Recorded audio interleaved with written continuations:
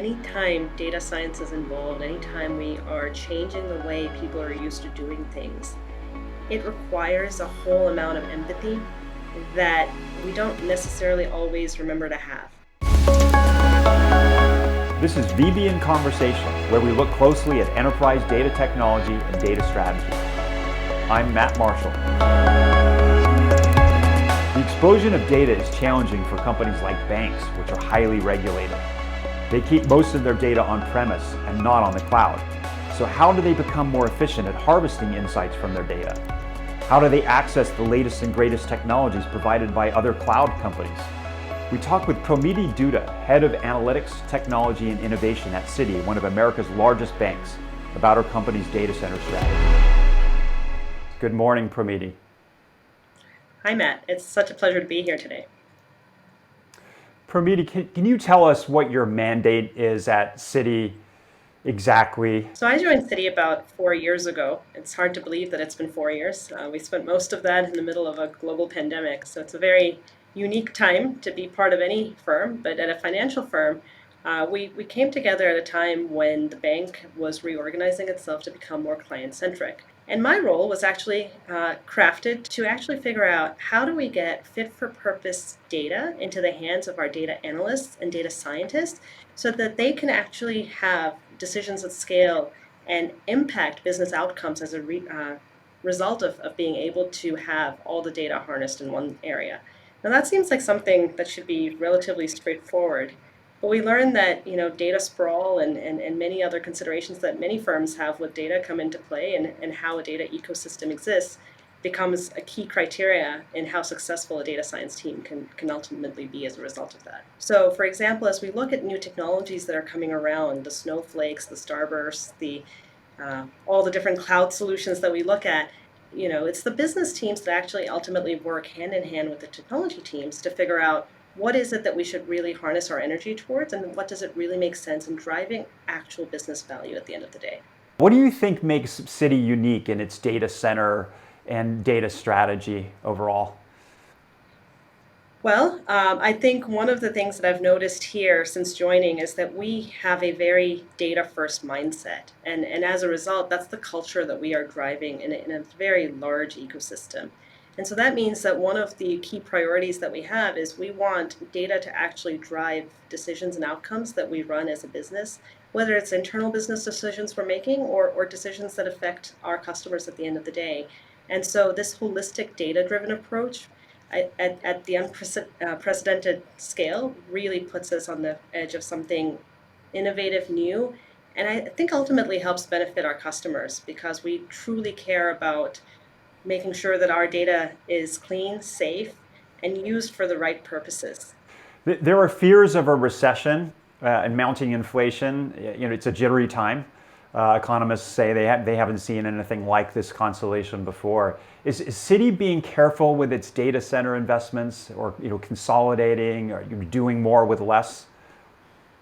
So it's interesting that you asked that question. Recession or not, our mindset has always been to reduce the data sprawl in our environment, and to have strict measures on data hygiene and cleanliness when it comes to our data.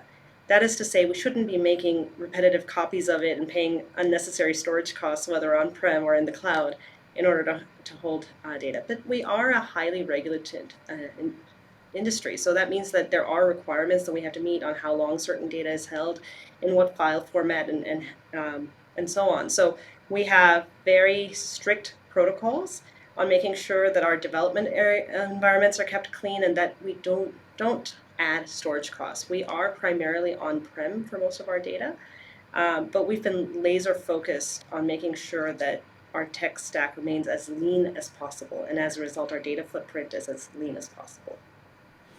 That reducing sprawl, it sounds like quite a project.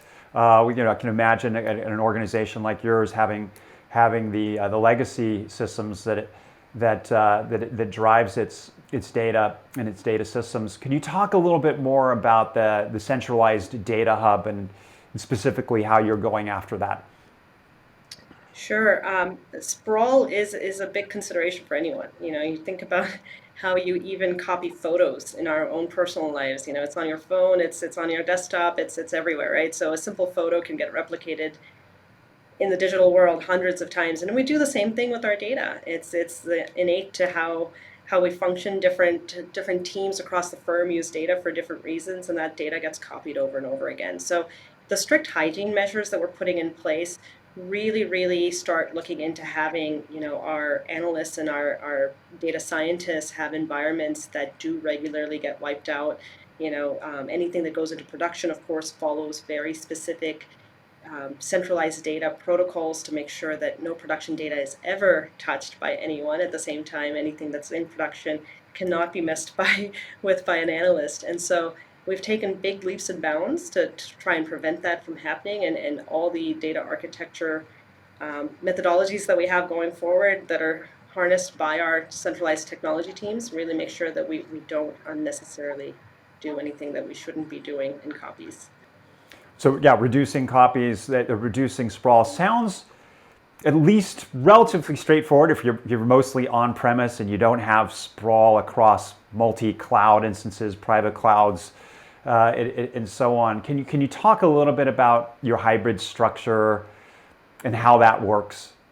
Sure. Today, most of our data is on-prem, and it makes sense because we collect a lot of data from many different sources, and that suffices it to be on-prem.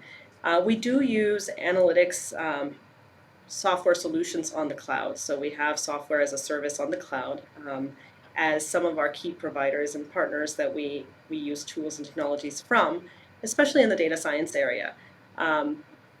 Where we're noticing growth in data comes from external data, actually, because there's a lot of external data that's becoming available. There are so many vendors. And if you think of things like Experian and FICO and um, you know TransUnion, all the bureau of data that we have, some of which we're allowed to house in-house, some of which we're not. And we rely on cloud solutions to be able to leverage that type of data. Um, we see ourselves using external data as a solution, and that's where the cloud comes in for the solutioning of those types of data needs. Um, we do plan on having a hybrid strategy. There is no one size that fits all for any firm. And for us, the hybrid strategy seems to make the most amount of sense. So as we continue our journey, there's so many different methodologies out there of, you know, lake houses and data warehouses. We are a bank, and there we have a lot of sensitive PII, personal information, that we cannot share and do not want to share in the cloud with third-party vendors, as vetted as they may be, and safe as they may be in our ecosystem. So we spend a lot of time and effort in figuring out how do we uh, enable the end goal that we're trying for in any of these use cases without having to share additional data. And so that actually helps to limit our data sprawl and copies of data, Matt, because we are making sure that the bare minimum goes out. And this leads us to this notion of buy versus build on many of the things that we do, right? So if there's a notion that we can build something, and at the end of the day, the build comes for analytic solutions that,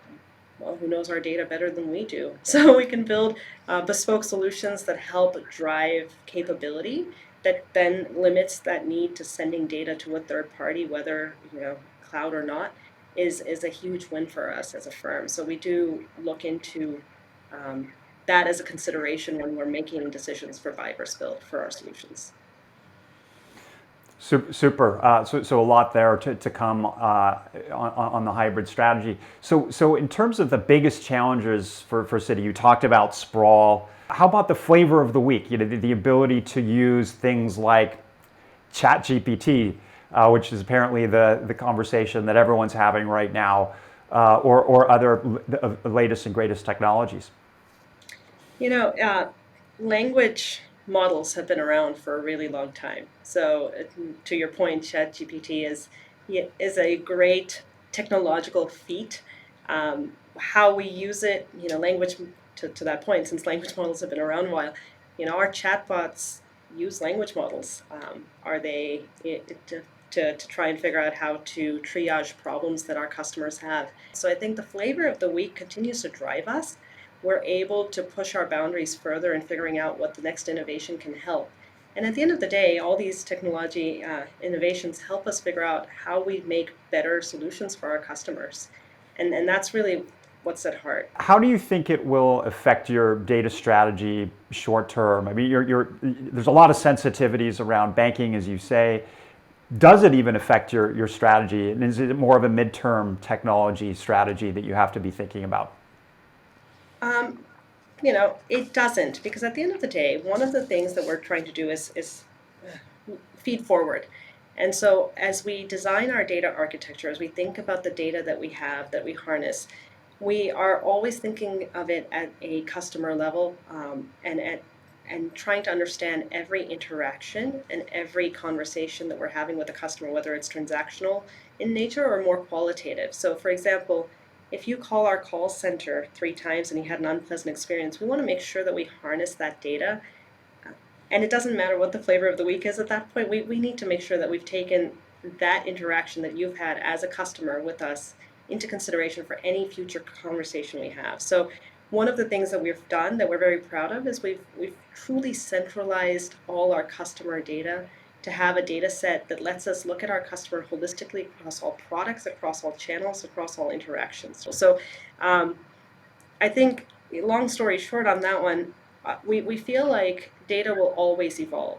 Unstructured data is also becoming more of a wheelhouse for us, right? There's so much unstructured data that we receive from our customers.